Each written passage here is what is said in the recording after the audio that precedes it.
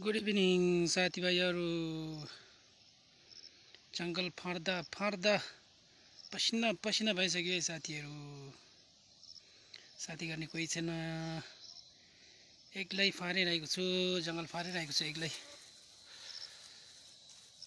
एकदम थाकेर चाहिँ एकछिन रेस्ट गरेर भुइँमा बसेको छ है साथीहरू। के गर्नु हुँदैछ तपाईहरू?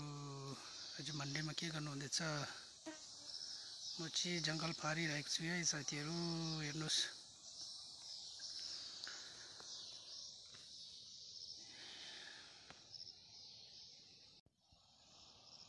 तलदेखि फारेर आएको, Share, like, subscribe. फारेर चाहिँ माथि पुगेको छ अहिले। आज चाहिँ यति माथि सक्ने जस्तो छ साथीहरू। फेरि नेक्स्ट मन्डेदेखि चाहिँ उतापट्टि